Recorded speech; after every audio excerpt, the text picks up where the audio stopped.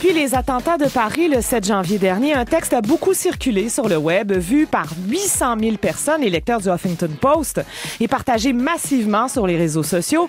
Lettre ouverte au monde musulman, écrit par Abdenour Bidar, a engendré une réflexion autour des thèmes suivants.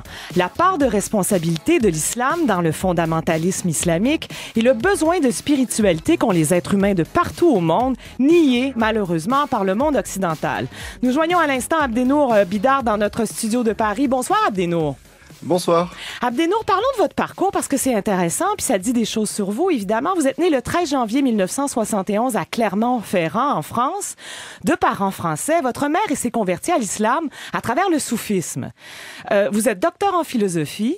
Vous avez consacré plusieurs essais à la philosophie de la religion, notamment à partir de l'islam, dont Comment sortir de la religion en 2012 et Self-Islam, l'histoire d'un islam personnel paru en 2006 qu'a lu notre collaborateur Georges Leroux. Vous êtes chargé de mission sur la pédagogie de la laïcité au ministère de l'Éducation nationale. Comment vous interprétez l'engouement suscité par votre lettre parue d'abord dans Marianne en octobre dernier et que tout le monde a partagé depuis une semaine grâce au Huffington Post? Comment vous l'interprétez, cet engouement-là? Alors, je dois dire que j'en ai été d'abord un petit peu surpris. C'est-à-dire que cette lettre effectivement a été publiée en octobre par le journal Marianne et puis comme pour le reste de mes travaux, que ce soit les livres ou les tribunes, ça a reçu un accueil poli mais relativement limité.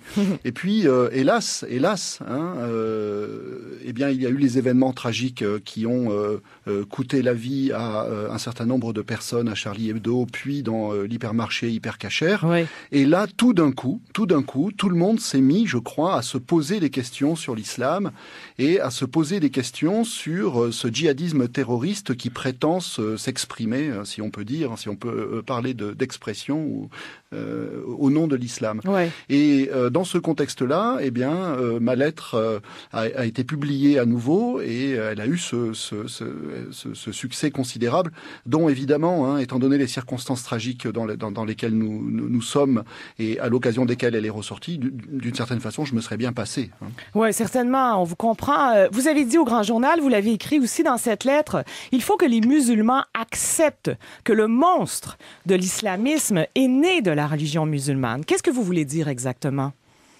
Alors, j'appelle dans cette lettre, mais dans mes livres également, hein, précédents, le monde musulman, les sociétés musulmanes, les communautés musulmanes auxquelles se trouvent de par le monde, les consciences musulmanes, chaque conscience musulmane a une prise de responsabilité par rapport à une religion qui donne beaucoup trop, de par le monde, de signes de sclérose ou de signes de régression. Et j'insiste tout de suite sur ce terme de responsabilité en le distinguant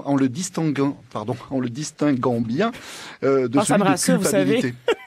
Non, mais je suis contente que vous fassiez ça. Pour nous, c'est la fin de la journée, oui. Donc les mots avec trop de syllabes, ça commence à devenir difficile à partir. Vous savez, même à 13h31, ça peut être parfois difficile. Voilà. Et donc, je distingue bien cette responsabilité, cette culpabilité. C'est-à-dire, il y a une culpabilité du côté du djihadisme terroriste. Il ne s'agit pas du tout d'étendre cette culpabilité aux musulmans. Bien entendu, ne faisons pas l'erreur basique, hélas, même si elle est basique, elle est trop souvent faite, de confondre l'islam et l'islamisme. Mais une fois que cela a été dit, c'est-à-dire une fois qu'on a fait la part de la culpabilité, reste la part de la responsabilité. Et je crois que ce que nous devons avoir la lucidité de voir tous ensemble, c'est que ce n'est pas un hasard aujourd'hui si les phénomènes les plus inquiétants de terrorisme et de dérive radicale se passent du côté de l'islam. Parce que c'est une religion, c'est une culture, c'est une civilisation qui donne trop de symptômes de crise profonde pour que justement ce soit un hasard. Et je pense que cet événement a été et doit être plutôt pour les musulmans du monde entier l'opportunité d'un sursaut de conscience, un sursaut de conscience qui sera un surcroît de responsabilité. Hein, c'est-à-dire que il s'agit de s'interroger sur ce que j'appelle dans cette lettre les racines du mal, les racines profondes du mal, c'est-à-dire le terreau sur lequel, eh bien, ces enfants perdus de l'islam, je parle des djihadistes terroristes, qui sont des individus particulièrement fragiles, des individus probablement relativement déséquilibrés, eh bien, ce terreau sur lequel ils ont grandi et qui ne leur a pas donné, si vous voulez, l'assise culturelle nécessaire, l'assise intellectuelle nécessaire, l'assise éthique nécessaire pour les empêcher de basculer. Donc je crois que derrière, c'est toute l'éducation qui est transmise par les familles musulmanes, à commencer par elles. Toute éducation commence dans les familles, bien sûr, de façon complémentaire avec l'école. Eh bien, c'est toute une éducation qui, je crois, doit être interpellée par ce qui s'est produit. Même si, encore une fois, il n'y a évidemment pas de fatalité pour que ce qui s'est produit là se généralise du côté de l'islam. Ouais. Ce sont des cas exceptionnels, mais qui ne doivent pas dédouaner, encore une fois, les musulmans d'un moment d'interrogation autocritique. Vous dites que pour se renouveler ou pour évoluer, l'islam a besoin de s'arrimer à la modernité. Comment elle peut faire ça, à votre avis, Abdenour Bidar? Alors, il a besoin de deux choses, en réalité. Il a besoin d'abord de se réarrimer à lui-même, c'est-à-dire de se retrouver, de se reprendre en main, de reprendre conscience de soi comme grande culture et comme grande civilisation. Dans civilisation, il y a civilisé. Oui. Une éducation musulmane authentique, c'est une éducation qui transmet un certain nombre de valeurs fondamentales, qui sont des valeurs universelles, qui constituent, me semble-t-il, le fond commun humaniste de toutes les grandes civilisations, c'est-à-dire des valeurs de générosité, de fraternité, etc., etc. Donc, il y a probablement, du côté de l'islam, tout un héritage qui a été laissé en déshérence et que l'islam dont il doit être capable de se ressaisir. Et puis, deuxième dimension de cette responsabilité qu'on évoque tout de suite, eh bien, s'arrimer à la modernité, mais je dirais d'une façon qui ne soit pas la façon actuelle. Parce que la façon actuelle qu'a le monde musulman de s'arrimer à la modernité est tout à fait insuffisante. Pourquoi est-ce qu'elle est insuffisante? Parce qu'elle est complètement dissociée ou contradictoire. C'est-à-dire que vous trouvez dans le monde musulman, dans les sociétés musulmanes, et là, encore une fois, je vais jusqu'aux consciences musulmanes, beaucoup trop de dissociation entre, d'un côté, une adhésion extrêmement forte à la modernité, et puis qui cohabite d'une façon qui n'est pas articulée, qui n'est pas cohérente, avec, des archaïsmes ou des points, si vous voulez, de crispation et de fixation qui retiennent ces sociétés et ces consciences musulmanes dans le passé. Et en l'occurrence, ce passé, c'est un rapport à la religion qui est devenu totalement incompatible avec les valeurs de la modernité. Et notamment, au sein de ce rapport, un dogmatisme, c'est-à-dire une façon d'envisager la religion comme un ensemble de règles indiscutables, ce qui nous renvoie d'ailleurs à une certaine conception du sacré, c'est-à-dire que le sacré en islam continue d'être intériorisé comme quelque chose d'intouchable, comme quelque chose qui ne se discute pas, comme quelque chose qui échappe radicalement à la prise de l'intelligence, de la conscience et de la raison humaine. Et ça, c'est incompatible avec le principe même sur lequel notre modernité cherche à être fondée, c'est-à-dire le principe selon lequel, l'individu humain est capable il est capable de penser par lui-même et il est capable de tout penser par lui-même, de tout discuter par lui-même. En l'occurrence, le sacré lui-même ne doit pas échapper à cette prise critique de l'esprit humain. Oui, mais n'est-ce pas là le dictat de la religion, le christianisme, comme l'islam, c'est-à-dire de ne pas justement permettre aux adhérents de penser par eux-mêmes? Est-ce que c'est possible de penser par soi-même et d'adhérer à une religion? Au-delà de la spiritualité, là, Abdenour. Oui. Je crois que là, vous précisez quelque chose qui est particulièrement nécessaire. C'est-à-dire que l'islam n'a pas le monopole de la crispation dogmatique, bien entendu. Simplement, ce que l'on observe, c'est que si cette crispation dogmatique se passe aujourd'hui d'une façon particulièrement inquiétante dans la civilisation musulmane, c'est que celle-ci traverse une période de turbulence extrêmement forte. On l'a vu encore avec les printemps arabes et leur devenir pour le moins chaotique ou incertain. On a un monde tout entier ici, comme un monde, c'est-à-dire à la fois une civilisation, une culture, un ensemble de sociétés, qui est en totale effervescence.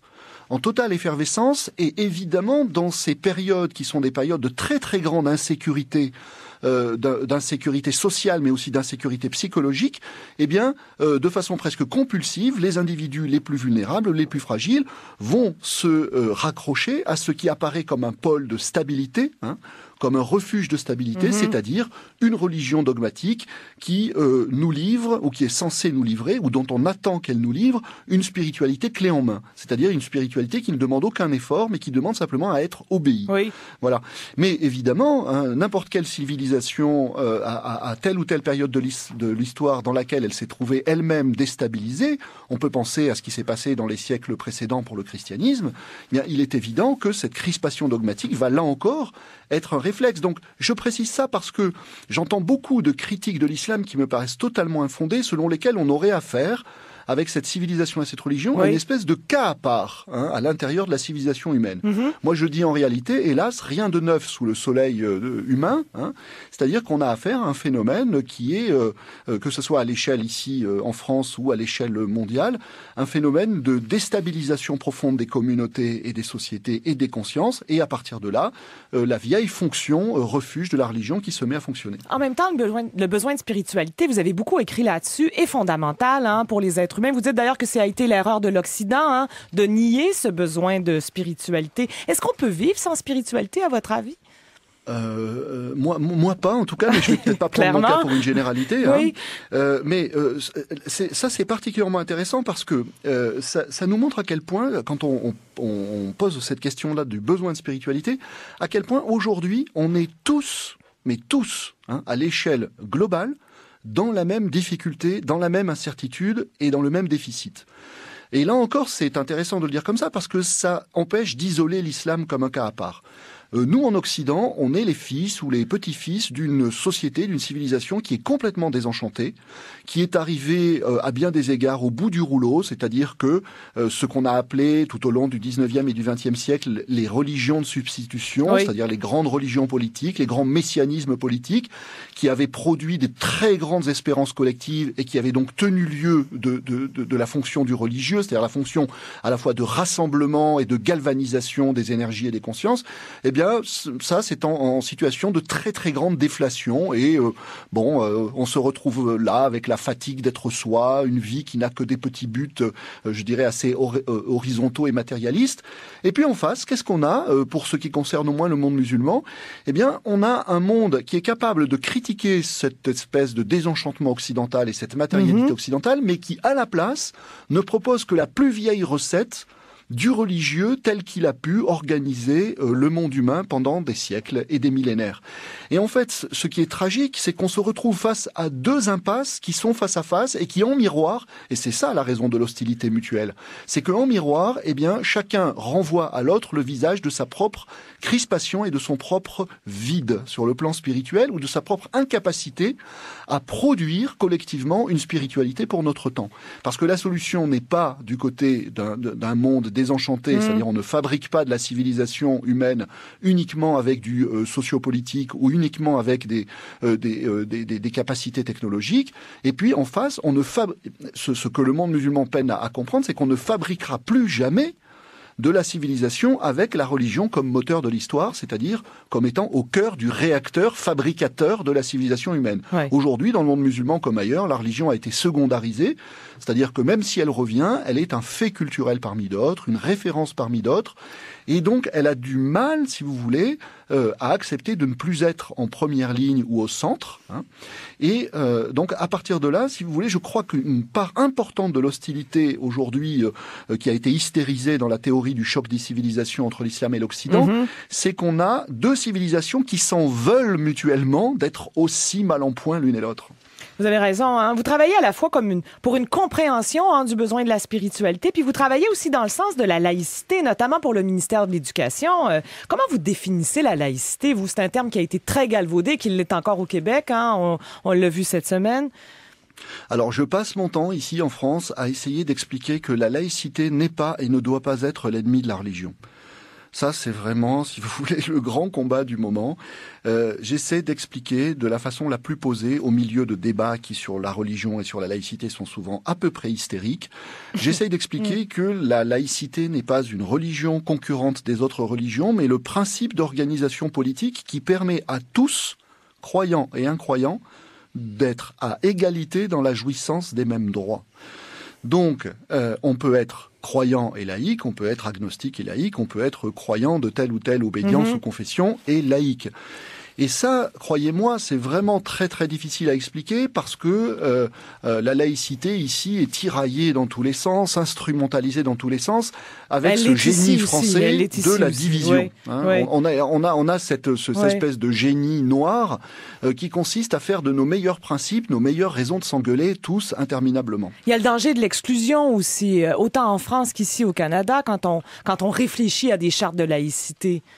Alors, ce qui se passe, c'est qu'il y a, évidemment, étant donné que notre société française est devenue très multiculturelle, il y a beaucoup de peur vis-à-vis de l'islam. On a eu un sondage l'année dernière catastrophique qui est paru dans Le Monde, selon lequel 74% des Français considèrent l'islam comme une religion dangereuse, intolérante, etc., etc. Donc, on est dans cette espèce de climat de psychose. Et à partir de là, beaucoup voudrait, au nom d'une identité française qui serait menacée, se saisir de la laïcité comme l'occasion de refouler la religion musulmane ou, si possible, de l'autre côté de la Méditerranée et au moins dans le fort intérieur, c'est-à-dire dans la sphère privée. Et donc il faut se battre pour dire que la laïcité ne doit pas servir à reléguer le religieux hors des espaces publics, mais simplement à donner à tous ceux qui croient au ciel et ceux qui n'y croient pas, les mêmes règles, les mêmes limites, de telle façon que l'espace public soit un lieu où on peut non seulement coexister, mais moi je me méfie beaucoup de ce mot coexister, parce que ça peut vouloir dire simplement vivre séparés les uns à côté des autres. Et grâce à la laïcité, si on arrive à la mettre en œuvre intelligemment, les différentes cultures, les différentes croyances, les différentes options existentielles peuvent se mélanger, c'est-à-dire faire plus que coexister ou cohabiter, coopérer ensemble dans le même espace public. Oui, vous avez confiance?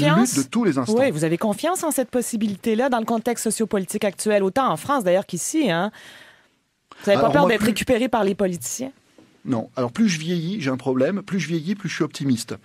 Il faut dire que ça va de pair aussi avec mon engagement. C'est-à-dire que là, actuellement, je suis sur deux fronts.